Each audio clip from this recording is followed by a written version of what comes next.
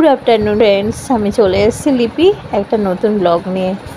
তো আজকে পরে ভয়েস দিচ্ছি কারণ বাইরে বিভিন্ন আওয়াজ ছিল, তাই জন্য আমি ভিডিওটা ট্রাইপডে রেখে করেছি। আর আমি না ট্রাইপডে রেখে একদম করি না, তো ও এখনও ঠিক মতো পারি না করতে, অভ্যস্ত নই যেহেতু, মানে বারবার চেঞ্জ করতে হয় ক্যামেরা মোবাইলটা।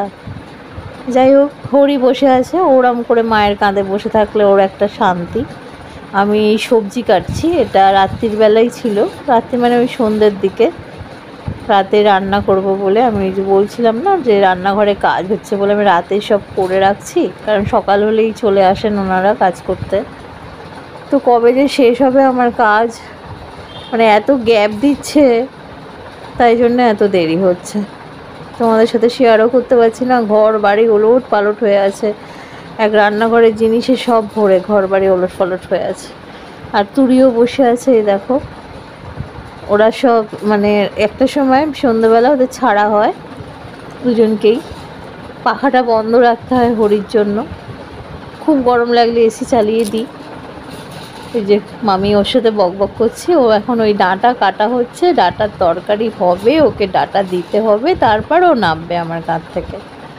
এই সবজি কাটা থেকেও বসে রইলো, এইভাবেই রান্নাঘরে যাব, রান্না করব, সব সময়ই থাকবে।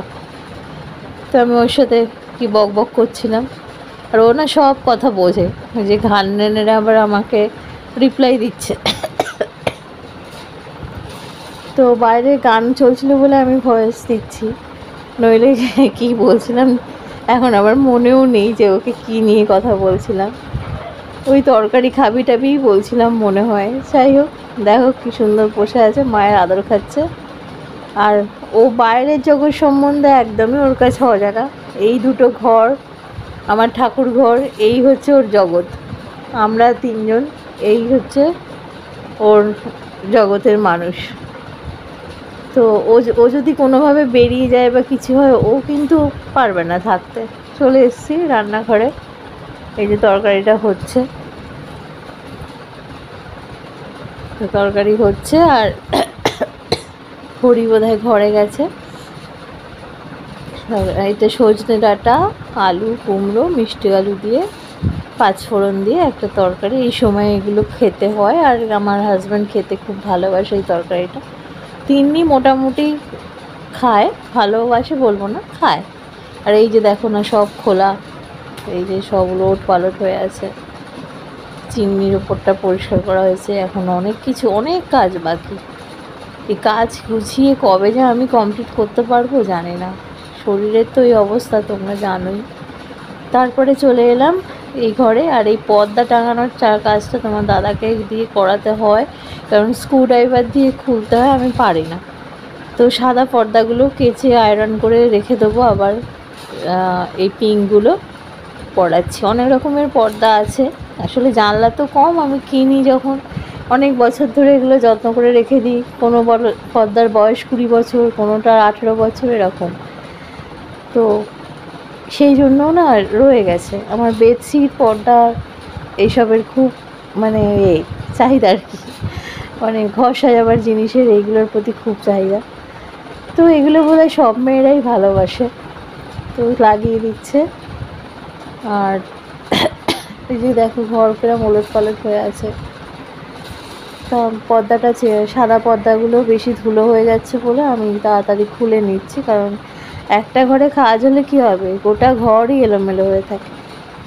তারপরে আবার এই হরি বসে আছে আমার কাঁধে, এখন বোধহয় তরকারি খাওয়ার ধান্দায় এসেছে, আবার শুনছে মা কি বলছে। ভিডিওর সামনে এসে ও শোনে, আবার তোমাদের সাথে দেখো আবার চলে গেল। তো কদিন ধরে ভিডিও ঠিক করে দিতে পারছি না, কারণটা হচ্ছে কাজ হচ্ছে বলেই দিতে পারছি না, করতে পারছি না ভিডিও, আওয়াজ হচ্ছে খুব। তো কবে ঠিকঠাক দিতে পারি দেখি, যতদিন না দিতে পারি মোটামুটি কাজ চালাবার মতো দিচ্ছি। তোমরা একটু সাথে থেকো প্লিজ।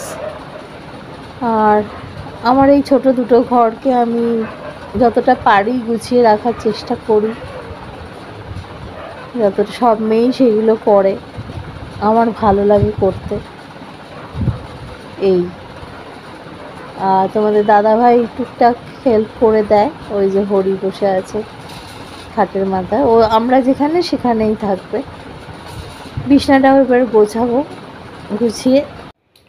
তো অল্প অল্প আমরা ভিডিও দিচ্ছি, ছোট ছোট ভিডিও, সবাই সবার পাশে থাকতে পারবো, সবাই সবার ভিডিও ফুল দেখবো। আর তোমাদের দাদাভাই একদম মস্তিতে ডান্স ফান্স করছে, গান গাইছে, কালকে একাই একটা ভিডিও দিয়ে দিয়েছে।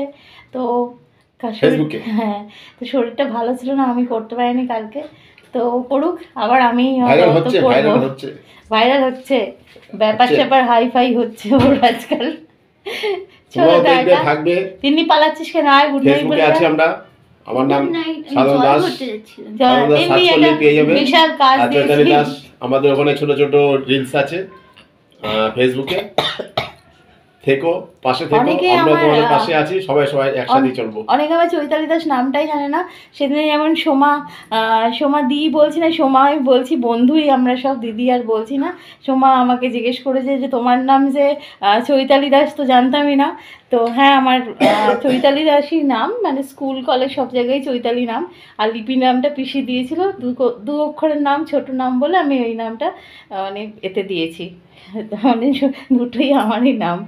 চলো সবাই ভালো প্ল্যাটফর্মে আছি।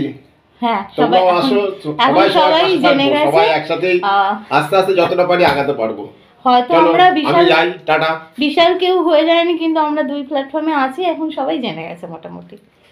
চলো টাটা, লেটস গো।